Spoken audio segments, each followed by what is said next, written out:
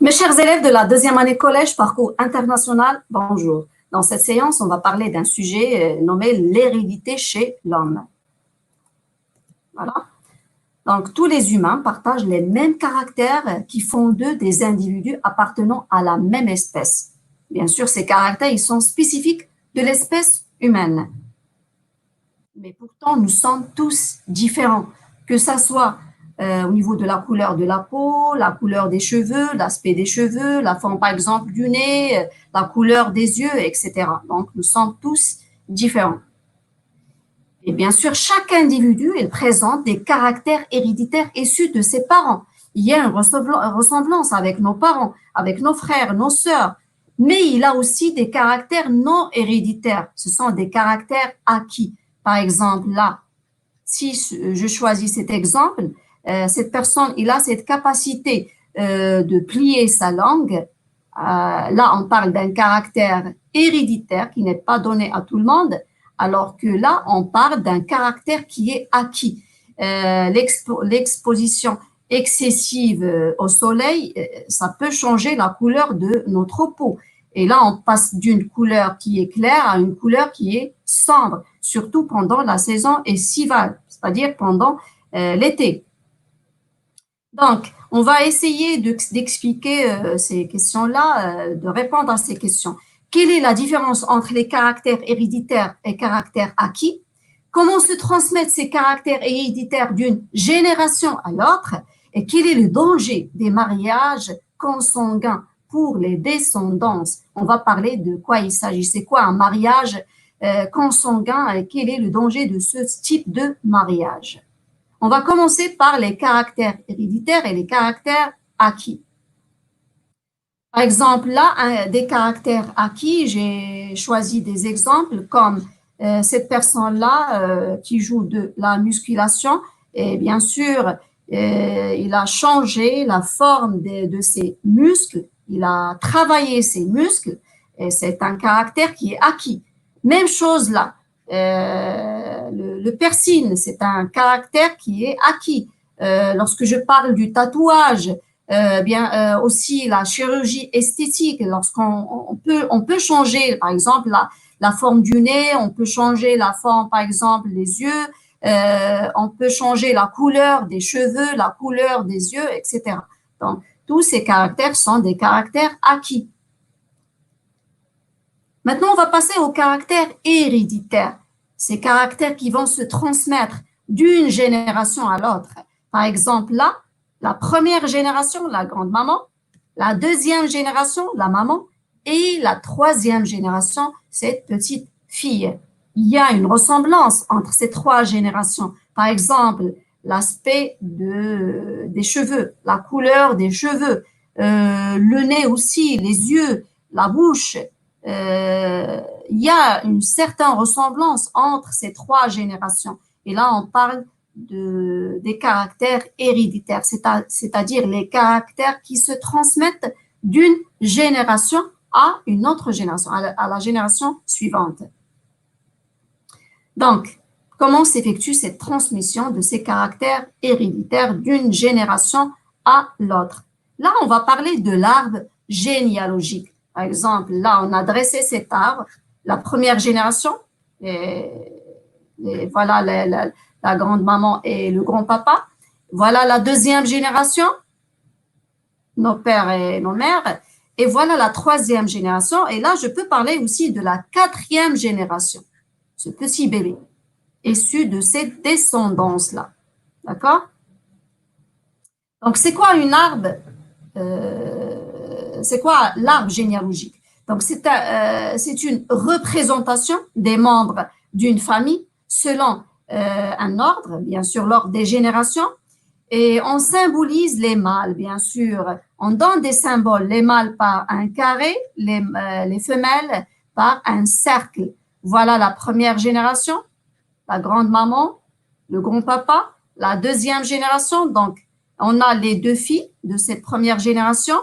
Voilà le mari de cette fille, voilà l'autre mari de l'autre fille, la troisième génération et la quatrième génération.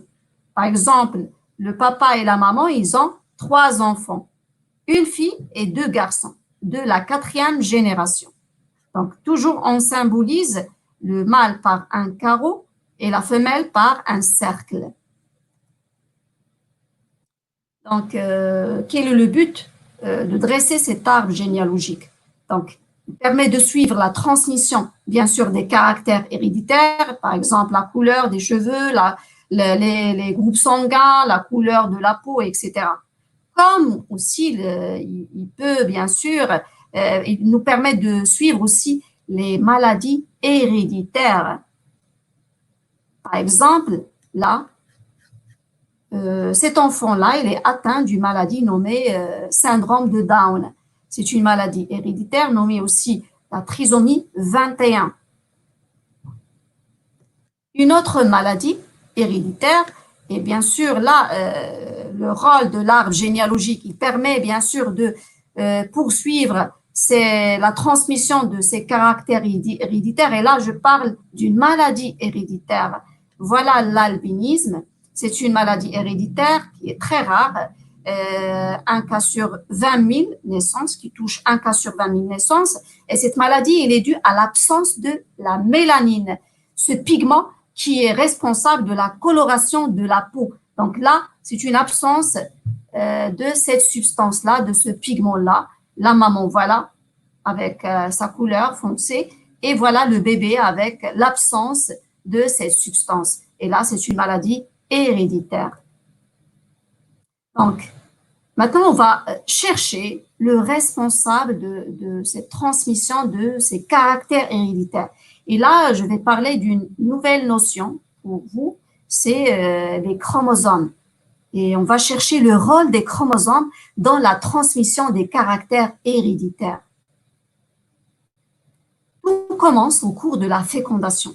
Donc, le noyau du spermatozoïde, lorsqu'il fusionne avec le noyau de l'ovule, ils vont aboutir à la formation de l'œuf, ou bien la cellule œuf. Voilà le spermatozoïde qui va franchir, bien sûr, un seul spermatozoïde qui va franchir l'enveloppe de l'ovule. Et après, une fois le spermatozoïde arrive à franchir cette enveloppe-là, bien sûr, il y a formation d'une enveloppe de fécondation qui va empêcher la pénétration d'autres spermatozoïdes. Et là, qu'est-ce qu'il va y avoir? Une fusion, une union de 2 noyaux des 2 gamètes. Le noyau du gamète mâle, c'est-à-dire spermatozoïde, et noyau du gamète femelle. Et voilà l'union qui va donner, là, bien sûr, la cellule œuf. Donc, ces cellules, bien sûr, il va garder les caractères héréditaires du papa et de la maman, bien sûr, puisqu'il y a union des 2 noyau du spermatozoïde et noyau de l'ovule. Donc, on va entrer à l'intérieur du noyau. Donc, chaque noyau, il contient bien sûr des filaments appelés les chromosomes qui portent bien sûr le programme génétique, notre carte d'identité génétique. Ce sont les chromosomes qu'on trouve à l'intérieur de chaque noyau. Et bien sûr, combien on va trouver de chromosomes pour chaque cellule? 23 paires de chromosomes, ou bien 46 chromosomes. Donc, voilà le programme génétique porté par le noyau de la cellule. Voilà des cellules en division et voilà les filaments ou bien les chromosomes. Donc, cellules, chromosomes, les 46 chromosomes, bien les 23 paires de chromosomes et bien sûr, chaque chromosome, il renferme des filaments d'ADN. D'accord? Là, on va dresser le karyotype, c'est-à-dire la carte de chaque noyau cellulaire. Et là, on a le karyotype de l'homme et le karyotype de la femme. Bien sûr, il y a une certaine ressemblance, il y a aussi une certaine différence. On va commencer tout d'abord par, bien sûr, le chromosome, les 2 chromosomes numéro 1. Même chose ici pour la femme. Mais si on passe aux chromosomes, les deux chromosomes 23. Les paires de chromosomes 23. Pour l'homme, il y a XY. Pour la femme, il y a XX. Donc, c'est facile de reconnaître à partir d'une cellule et à partir de ces chromosomes, est-ce qu'il s'agit d'une femme ou bien d'un homme. D'accord? Donc, XX, toujours femelle. XY, toujours mâle. Donc, un gamète mâle, il peut porter un chromosome X ou bien un chromosome Y.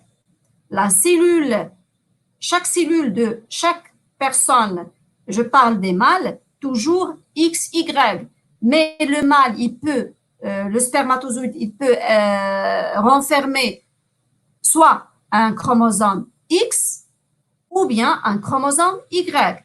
Mais pour la femelle, toutes les cellules renferment les chromosomes XX. Alors, pour les ovules, il y a toujours les X.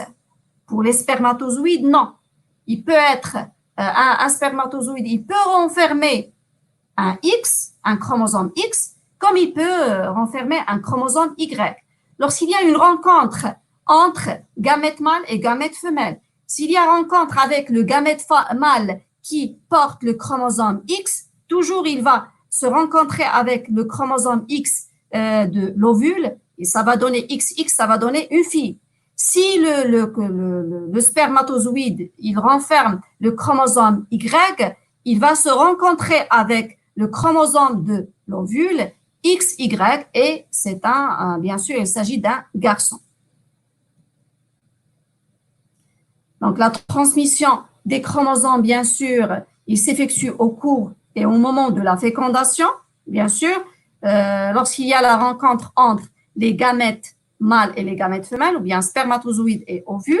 Voilà les chromosomes du gamète mâle, depuis le chromosome numéro 1 jusqu'au 23e chromosome, c'est-à-dire le Y, comme il peut être le X.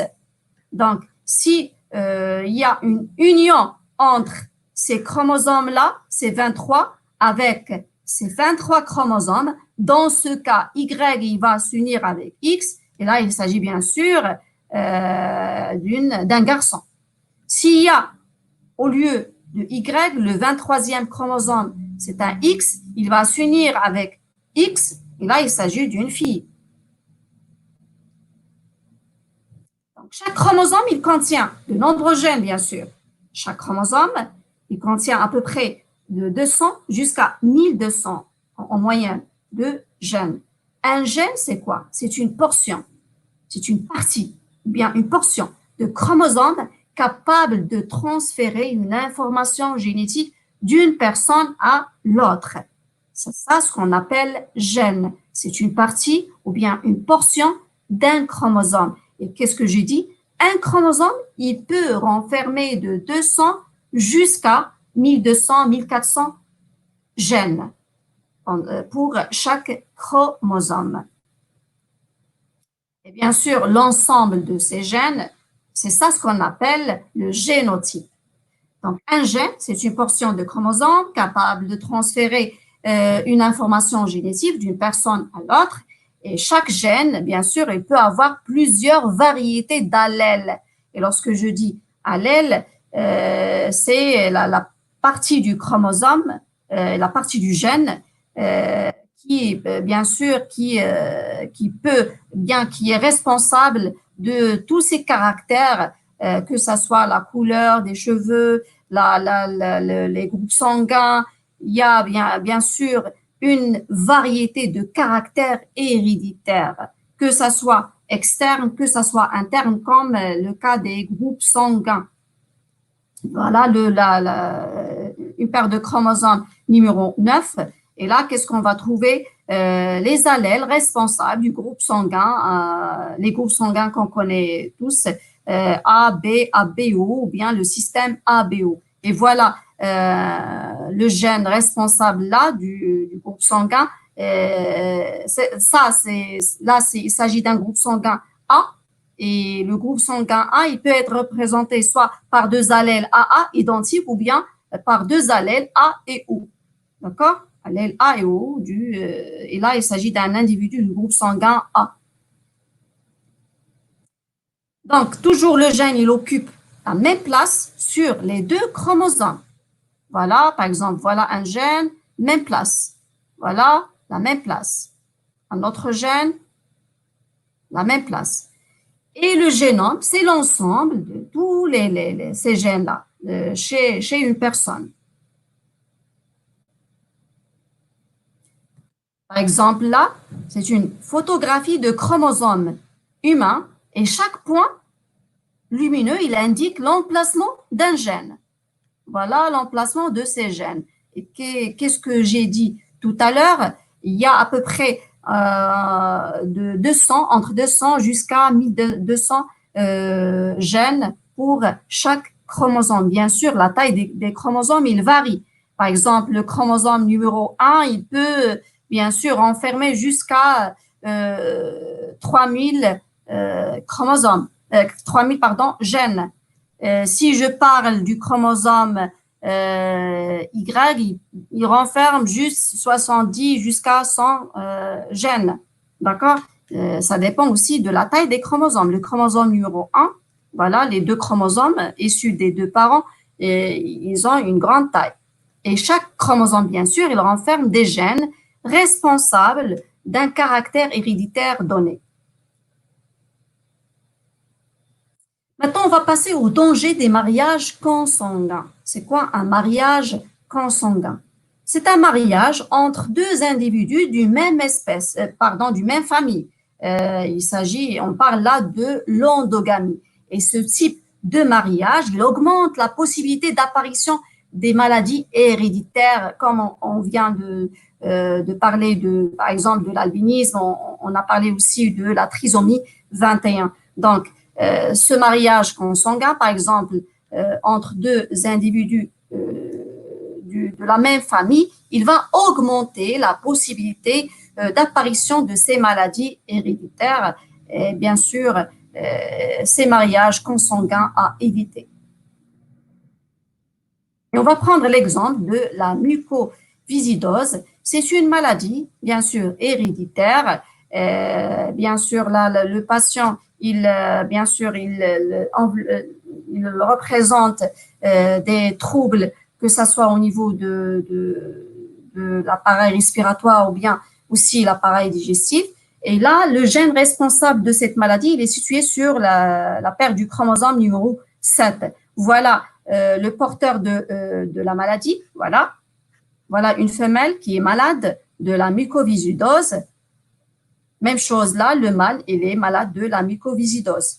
Et en jaune, là, les personnes, ils sont saines, mais ils possèdent l'allèle responsable. Donc là, voilà le chromosome avec une copie défectueuse qui représente ou bien qui renferme l'allèle responsable de cette maladie-là. Et là, par exemple, le mariage entre ces deux, cette femme et cet homme-là, ils vont donner, bien sûr, là, un garçon qui est sain, mais il est porteur. Là, c'est une fille qui est malade. Il a les deux allèles de ce chromosome, les deux allèles défectueux. Donc, il s'agit d'une fille qui est malade de cette maladie-là. Là, cette descendance-là, la femelle-là, elle est malade. Là, son frère, il est sain, mais il est porteur de l'allèle. Donc, il va se marier avec l'un des membres de sa famille, par exemple sa cousine, elle est saine, mais elle est porteur de l'allèle responsable de cette maladie. Donc, bien sûr, ils vont donner, dans tous les cas, ils vont donner l'un des enfants qui va, bien sûr, représenter cette maladie-là. Et là, la femelle, bien cette fille-là, elle est malade, et cette fille-là, elle est saine, mais bien sûr, il renferme cet allèle-là responsable de cette maladie-là. Les deux cousins, le mariage entre ces deux membres de cette famille, puisque ces deux membres, ils renferment l'allèle responsable, voilà l'allèle responsable pour cet homme-là, l'allèle responsable pour cette femme, bien sûr, ils vont donner une fille ou bien un garçon qui renferme soit il est sain et il renferme cet allèle-là défectueux, ou bien il est malade si les deux allèles se rencontrent, les deux allèles, bien sûr, défectueux se rencontrent. Et voilà une autre maladie, il s'agit du daltonisme. Cette incapacité bien sûr, de faire la différence entre certaines couleurs, par exemple le rouge et le vert. Là, on a le gène responsable de la maladie, il est situé sur le chromosome X, voilà, gène responsable du daltonisme, toujours au niveau du chromosome X, et là, pas d'équivalent du gène responsable de cette maladie sur le chromosome Y. Donc, définitivement, s'il y a rencontre avec le X, ce X-là qui porte cet allèle-là défectueux, directement, on va avoir un garçon qui est daltonien. Et là, par exemple, je choisis cet exemple de cet arbre généalogique. Là, le grand-père, elle est daltonien. Voilà, un homme daltonien. Et on va passer à la 3e génération. Donc, il s'agit d'une maladie héréditaire. Les parents, ils n'ont pas cette maladie-là. Voilà les parents de cette descendance, les 3 garçons. Et cette maladie touche d'un pourcentage qui est très, très élevé, 90% des garçons qui vont attraper cette maladie. Si, bien sûr, l'un des parents, il renferme cet allèle-là défectueux. Et là, on a le grand-père, il est daltonien. Il a le X. Le X, il renferme l'allèle défectueux. Le Y, bien sûr, il est normal. La maman, elle est normale. Et la descendance, là, qu'est-ce qu'on va trouver? On va trouver des garçons, les 3 garçons qui sont tous des daltoniens. Pourquoi?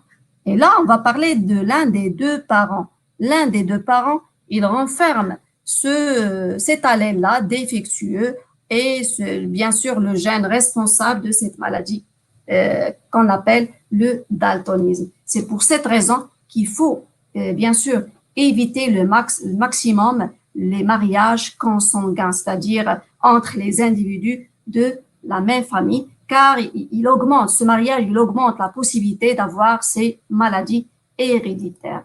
Et voilà, c'est tout pour cette séance. Merci et à la prochaine.